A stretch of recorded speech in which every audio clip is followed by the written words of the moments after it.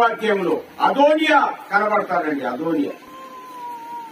అదోనియా కూడా చంపబడ్డాడు.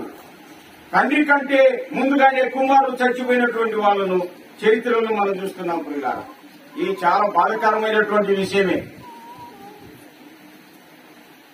కృత నిబంధనలు కూడా చనిపోయినారా లేదా? చనిపోయినారు. ఆలోచన చేస్తే మీకే కనపడతారు. ఆలోచన చేయకపోతే ఎవరు దొరకరు.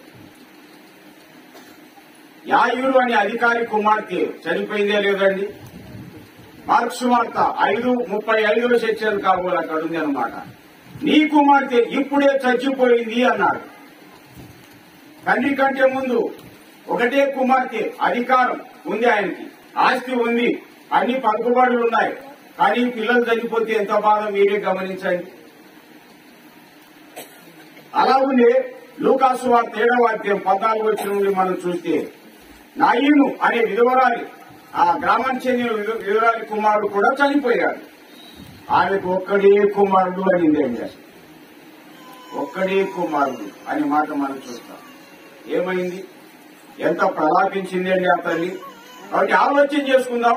మానవుల మీద మరణం వచ్చినప్పుడు తండ్రుల కంటే పిల్లలు ముందుగా చనిపోవడం మనం చూస్తాం. అబ్బాయిలు గాని అమ్మాయి గాని చనిపోవడం మనం చూస్తున్నామండి. మీకు తెలుసు కదా, రాజుల మొదటి గ్రంథంలో కూడా 17వ అధ్యాయంలో మనం చూస్తే సారేపత్ అన్నటువంటి విధవరాలి కుమారుడు కూడా చనిపోయాడు. ఆమె అన్నది, ప్రవక్త అయ్యా, నా పాపమును జ్ఞాపకం చేసి నన్ను చంపడానికి వచ్చిదివా, నన్ను బాధపరచడానికి వచ్చావా అన్నట్టు ఆమె తెలియజేసింది. కానీ ఏం చేస్తాం? వాక్యములు మనం జ్ఞాపకం చేసుకున్నాం. ఏది ఏమైనా మరి దేవుని వాక్యం ఏం చెప్తుంది? ప్రకటన గ్రంథం మీకు తెలుసు కదా, 14:13 ఏం చెప్తారండి? ప్రకటన 14:13 లాగా కనపడుతుంది అండి. ఇప్పటి నుండి ప్రభునందు మృతులు ధన్యులు. ఏ విధంగా ఎప్పుడు ఎలాగ చనిపోయినా ప్రభులో ఎవరైతే మృతి పొందుతున్నారో, ప్రభులో ఎవరైతే చనిపోతున్నారో వారు ధన్యులు అని రికార్డ్ చేయబడింది అండి. ఎంత మంచి మాట చూడండి, ఎంత మంచి మాటలు మనం జ్ఞాపకం చేసుకుంటున్నాం. కాబట్టి మరణం చూడక బ్రతుకు నరుడు ఎవడు అనిందండి. ఎవరు మరణం చూడకుండా బ్రతికే వాళ్ళు ఎవరు లేరు. ఎందుకంటే అది ఆయన ఆజ్ఞ, ఆయన నియమం, ఆయన శాసనం. ఆ విధానంలో చాలా మంది చనిపోయారు. అయితే చనిపోయినటువంటి వాళ్ళు ప్రభులోండి చనిపోయిన వాళ్ళు మొదటి రకం అండి. అది ముఖ్యమైనది. ప్రభునందు మృతులు ధన్యులు అని కనబడుతుంది. బాబు, అబ్బాయిలు అమ్మాయిలు ఇది ఎంత గమనించాలని. ఏదో రకంగా ఎప్పుడోసారి మనం వెళ్లేది ఖాయమే. వెళ్ళకముందే ఎక్కడి నుండి వెళ్ళాలో ప్రభులో ఉండి వెళ్ళిపోవాలి. అదే చూడండి. ఇంత బ్రతికి ఇంటి వెనక చచ్చి అంటారు చూడండి. ఈ లోకంలో గంభీరంగా అట్టహాసంగా పట్టపగులు బ్రతికి దిక్కులేని సౌద చెయ్యి ప్రయోజనం. దిక్కు లేకుండా చనిపోయిన ప్రభులో ఉండి చనిపోవడం అది గొప్పతనం అండి. మా నంద్యంలో ఒక ఫోటోలు చూపారు, పెద్దది ఫోటో, పెద్ద ముస్టాస్ ఇట్లున్నాయి. పెద్దగా ముస్టాస్ అంటే తెలుసు కదా, అదే ఆ గంభీరంగా ఒక ట్రాక్టర్గా చేశారు చూపారు. ఆయన చూశాడు అప్పుడు ఫోటోలు అంటే చేసి చూశానని. ఆయన కోటీశ్వరుడు, ఆయన చచ్చిపోయాడు దిక్కు లేక. కుమారులు ఉన్నారు, మరి కోడళ్ళు ఉన్నారు, అందరు ఉన్నారు, అన్ని ఉన్నాయి. ఆయన చనిపోయిన విధి 3 days కాబోదు. ఆయన భార్య కూడా ఒక చెరువులో పడి చచ్చిపోయిందంటే.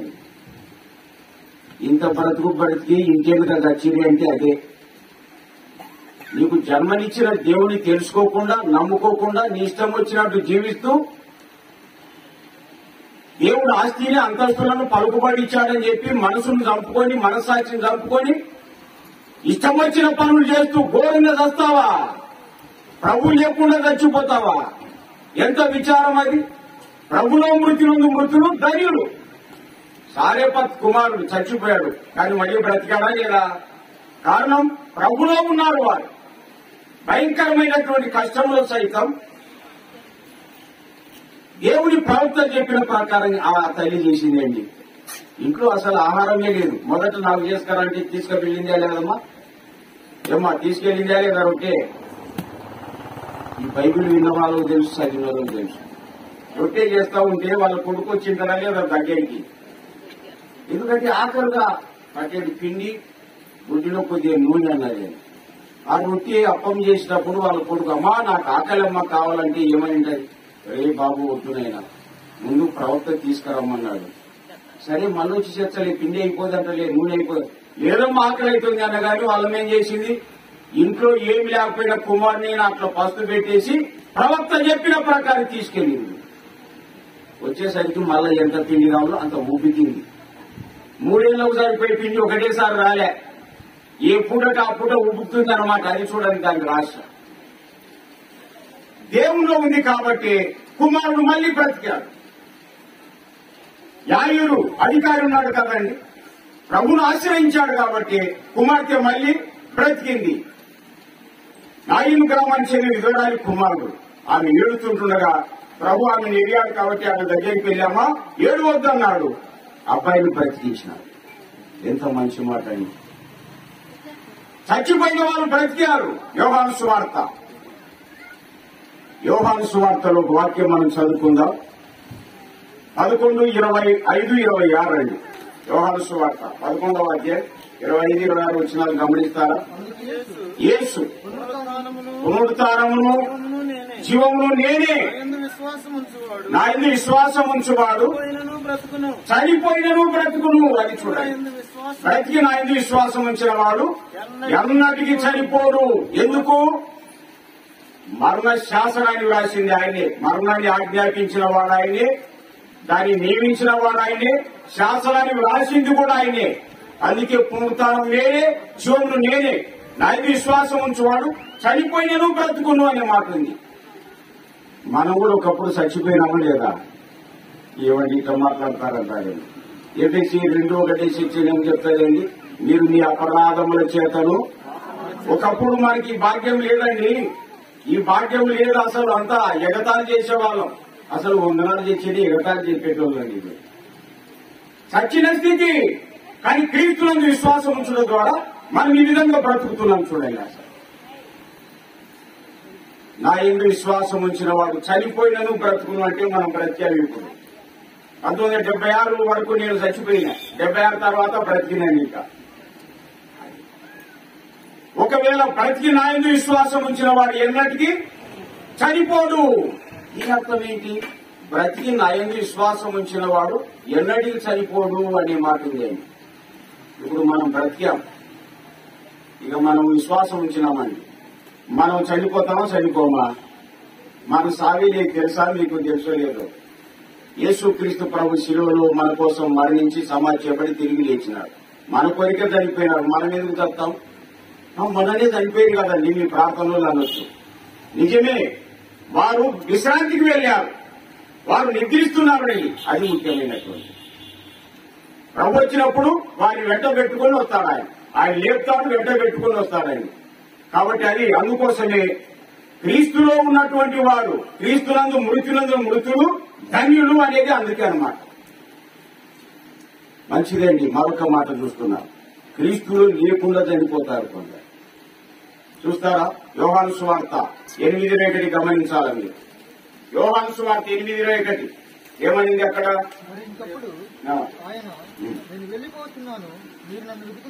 వెలుగుదురు గాని మీ పాపములోనే ఉండి, మీ పాపములోనే ఉండి పాపము నుండి చనిపోతారా, ప్రభు నుండి చనిపోతారా? ఇది చూడండి బాబు, అర్థమవుతుంది మీకు. ప్రభులో ఉండి మృతి పొందే వాళ్ళు, చనిపోయే వాళ్ళు కొందరు, పాపములో ఉండి చనిపోయే వాళ్ళు కొందరు. వీరి గురించి ఏమన్నాడు?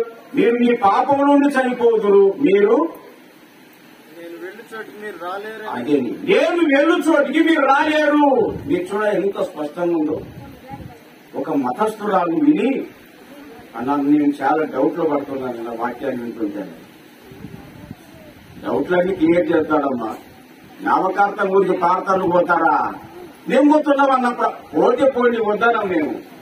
నువ్వు లైన్ లోనే లేకుంటే, పునాదే లేకపోతే ఎట్లా పరలోకం వెళ్తావు? మీరు నన్ను వెలుకుదురు అంటే దాని అర్థం ఏంటి? పండగలు చేస్తారు, పబ్బాలు చేస్తారు, రద్దీరాలు లేపుతారు, ఈస్టర్ చేస్తారు, గుడ్ ఫ్రైడే చేస్తారు, అన్ని చేస్తారు, క్రిస్మస్ చేస్తారు. ఇదే వెతకడం అంటారు. బాగా నన్ను వెతుకుదురు గాని మీ పాపములోనే ఉంటారు. మీరు అక్కడే దాంట్లోనే చచ్చిపోతారు, నా దగ్గరికి రాలేరు చూడండి. ఇంకా ఏ ప్రార్థన పోతే ఏం లాభం? లైన్ లో లేకపోతే మీ పెద్ద సంఘానికి పోతేమి, చిన్న సంఘానికి పోతేమి, మీకేమన్నా అర్థమవుతుందా అని గమనించండి. ఇప్పుడు ఇలారా చేతులారా పాపములో ఉండి చనిపోతే ప్రభు అన్నాడు, నేను ఉన్నది బిగ్గరే చెప్తున్నా, నా యుద్ధకు రాలేరు అన్నాడు. నువ్వు పాపం నుండి చనిపోయేవాళ్ళు నా యుద్ధకు రాలేరంటే ఎక్కడికి వెళ్తారని? పాపం వల్ల వచ్చే జీతము మరణం. ఆ మరణం ఏంటి? అగ్నిగంధకములతో మండు గుండము అని అక్కడికి వెళ్తారు చూడండి. బ్యాప్టిస్టులు, ప్రకటనలు, పెద్దకోతులు, ఎక్కువతులు ఉన్నాయి. నువ్వు లైన్ తప్పిగిన ఉన్నావంటే మాత్రం మీ ఇష్టం చూడండి. అసలు అక్షరాల అగ్నికే వెళ్ళిపోతారు. మనం ప్రార్థనలో ఇది పాతాళం పోవడానికి నాకైతే పోతే పోకపోతే మీరే గమనించండి. ప్రార్థనలు రాని చాలా మంది పరలోకం చెప్తున్నారండి. మీకు తెలుసో లేదో, ఒక ఇంటిని విజిట్ చేశాను నేను. ప్రభు నమ్ముకోలేదా ప్రార్థనలు రండి అంటే, నేను నమ్ముకున్నాను రాజరావు అన్నాడు ఒక పెద్ద ఆయన.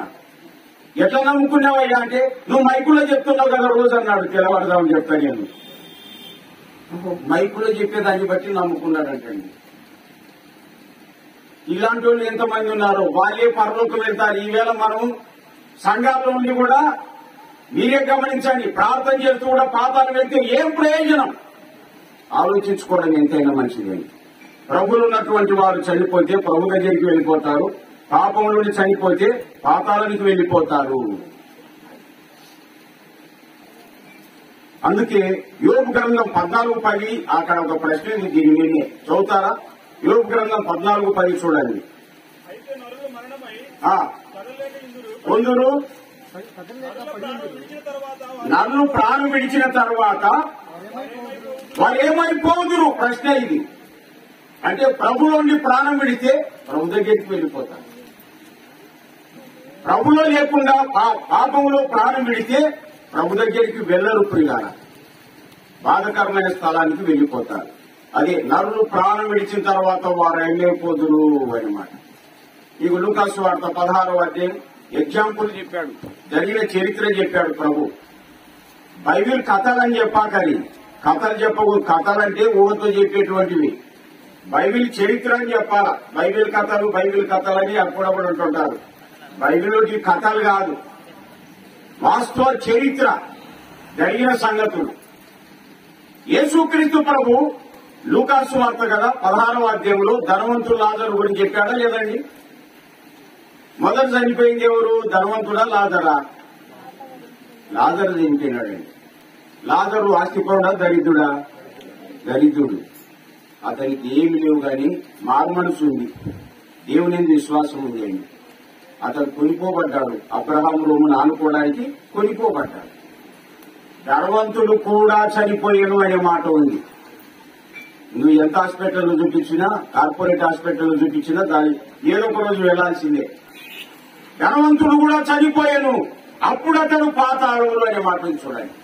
పాపములో ఉండి చనిపోతే పాతాళానికి మనుషుడు, ఆయన ఆత్మ వెళ్ళిపోతున్నట్టు యేసుప్రభు చెప్తున్నాడు. నేను చెప్పేది కాదు, యేసుప్రభు చెప్తున్నాడండి. ఆత్మ పాతాళానికి వెళ్ళిపోతుంది.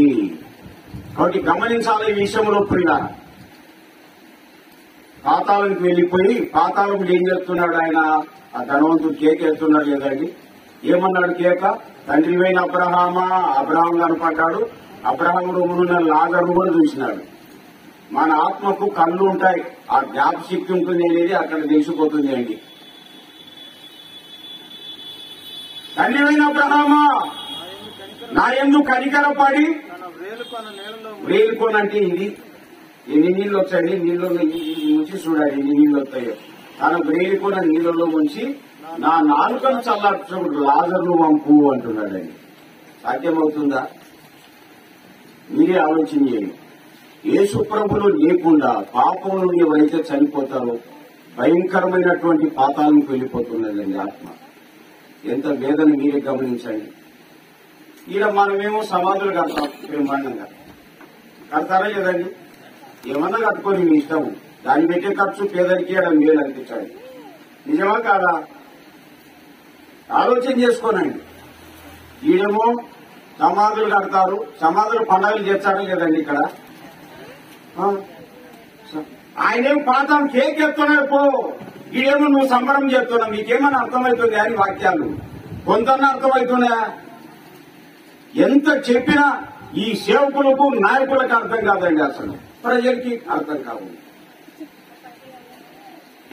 యేసు ప్రభులో లేకుండా అవిశ్వాసిగా పాపిగా చనిపోతే పాతాళానికి ఆత్మ వెళ్ళినట్టు యేసు ప్రభు చెప్తున్నాడు. వాళ్ళు కేకలు చెప్తున్నారు మీకోసం, ఈ వేదనకరమైన స్థలానికి రాకున్నట్లు ఆ లాజరు అనిపించు దేవా ఆ తండ్రి అని మొదలుపెడుతున్నాడండి. అటమ్మా తిక్క పనులు చేయకని సమాధులను పూజలు చేసేవారు, సమాధులకు మురికేరు. మేము చాలాసార్లు ఈ సమాధుల కార్యక్రమానికి వెళ్తుంటాం అనమాట. అంటే భూస్థాపన కార్యక్రమం అంటారు కదా, సమాధి కార్యక్రమం.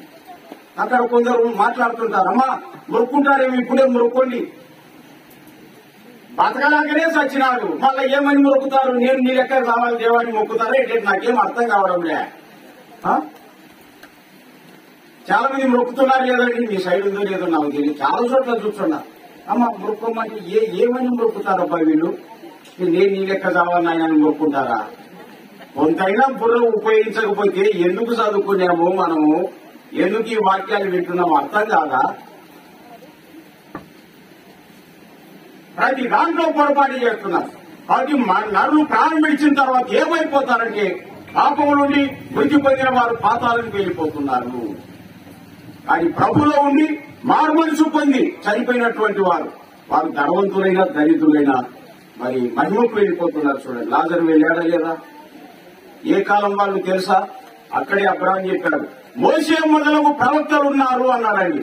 కాబట్టి మోషే కాలం వాడు అని మనకు అర్థమైపోతుంది అనమాట. బైబిల్ కథలు కాదు, జరిగిన వాస్తవాలండి. అసలు మోషే కాలంలో చనిపోయిన ధనవంతుడు, మోషే కాలంలో ధనవంతుని బంధువే ఆ లాజరు, ఆ దరిద్రుడు. లేకపోతే ఇంటి దగ్గర ఎందుకు పెడతారండి? ఉంచుతారా? ఉంచారు, సొంత వాడికే నేను పెట్టలేదండి. కాబట్టి పురిగాల మనం గమనిస్తున్నాము, నరులు ప్రాణం విడిచిన తర్వాత ప్రభువులు ఉన్న వారు మహిమకు వెళ్తున్నారు, ప్రభువులు లేని వాళ్ళు పాతాళానికి వెళ్లిపోతున్నారు. బాబు అక్కడ బాధ, ఏడుపు, పండ్లు కొరుకుంటా ఉండు అనే మాట ఉంది.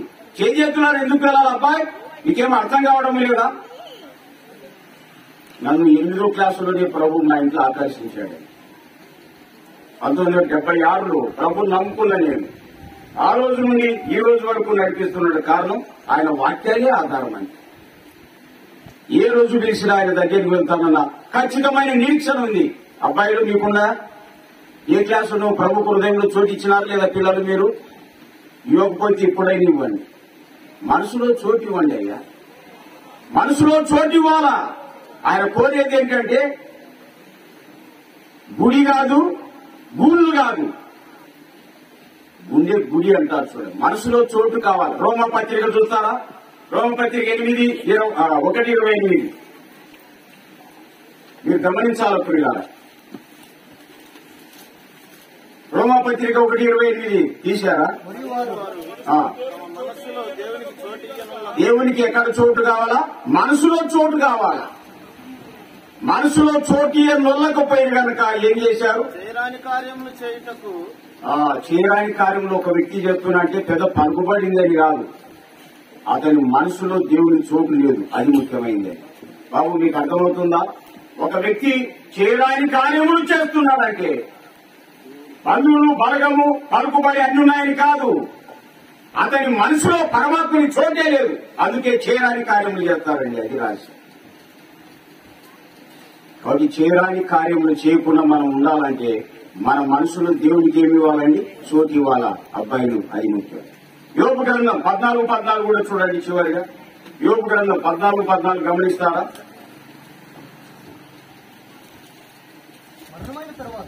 మరణమైన తర్వాత మరొక ప్రశ్న, మరణమైన తర్వాత నరులు బ్రతుకుదురా? అది చూడండి చాలు. మరణమైన తర్వాత నరులు బ్రతుకుదురా? అసలు ఇదే మన గొప్ప నిరీక్షణ. లేకపోతే ఈ తిప్పలు ఎందుకు పడతాం? బ్రతుకుతారంటే అక్షరాల బ్రతుకుతారని మనకు నిరీక్షణలు ఎన్నో ఆధారాలు ఉన్నాయి. మరణమైన తర్వాత నరులు ఎక్కడికి వెళ్తున్నారు? ప్రభువులు ఉన్న వాళ్ళు మహిమ పెడతారు, పాపం నుండి వెళ్ళినటువంటి వారు పాతాళానికి వెళ్లిపోతున్నారు. తర్వాత మరణమైనటువంటి నరులు మరలా బ్రతుకుతారా అన్నటువంటిది మనం చూస్తున్నాం. మహిమకు వెళ్లే వాళ్ళు కొందరు, పాతాళానికి వెళ్లే వాళ్ళు కొందరు. మరలా బ్రతుకుతారంటే వాక్యములో మనం జ్ఞాపకం చేసుకుంటున్నాం. పిల్లలు ఇంతకు మరలా బ్రతుకుతారంటే వారు వెళ్లినటువంటి వారు ఉన్నారన్న విషయం మనకు స్పష్టంగా అర్థమైపోతుంది అండి. అసలు ఇప్పుడు ప్రభు చెప్పాడు, ధనవంతుడి గురించి చెప్పాడు, లాజరు గురించి కూడా చెప్పాడు. చనిపోయినటువంటి వారు మహిమలు ఉన్నారని మనకెట్లా తెలుస్తారు? ఇప్పుడు అది కూడా మనకి ఇక్కడే అన్ని క్లియర్ కావాలా. ప్రభులో చనిపోయినటువంటి వారు ఇంతకు ఉన్నారా లేదా, మహిమకు వెళ్ళారని చెప్తున్నాను. కానీ రుజువు ఏమిటి? ఇది చాలా కీలకమైనటువంటి విషయం. యేసుక్రీస్తు ప్రభు ఈ ప్రపంచంలో ఉన్నప్పుడు మత్తయి సువార్త 17వ అధ్యాయం మొదటి 8 వచనాలు, మార్కు సువార్త 9వ అధ్యాయంలో 2వ వచనం నుండి 8 వరకు, లూకా సువార్త 9వ అధ్యాయం 28వ వచనం నుండి ఇదే సంగతులు మనం చూస్తామండి. మత్తయి సువార్త 17వ అధ్యాయము మొదటి 8 వచనాలు, మార్కు సువార్త 9వ అధ్యాయం లేదు, నేను గుర్తు చేస్తాను ఎందుకంటే ఇది చాలా చరిత్ర ఉంది. మార్కు సువార్త 9వ అధ్యాయం 2వ వచనం నుండి 8వ వచనం వరకు, లూకా సువార్త 9వ అధ్యాయం 28వ వచనం నుండి చరిత్ర మనం చూస్తామండి. అక్కడ యేసుక్రీస్తు ప్రభు 3 శిష్యులను వెంటబెట్టుకుని ఎత్తైన కొండకు వెళ్లి రూపాంతరం చెందాడండి. ఆయన ముఖం సూర్యులాగా తేజస్సు ప్రకాశించింది. ఆయన వస్త్రాలు తెల్లగా తగదగ మెరిశాయండి. అప్పుడు మహిమలో నుండి ఇద్దరు మాట్లాడారు. ఎవరు వారు? మోషే, ఏలియా. మీరు గమనించండి, ఎప్పుడు మోషే కాలం ఎప్పుడు, యేసుప్రభు కాలం ఎప్పుడు, ఏలియా కాలం ఎప్పుడు, యేసుప్రభు కాలం ఎప్పుడు? యేసుక్రీస్తు ప్రభులో మృతి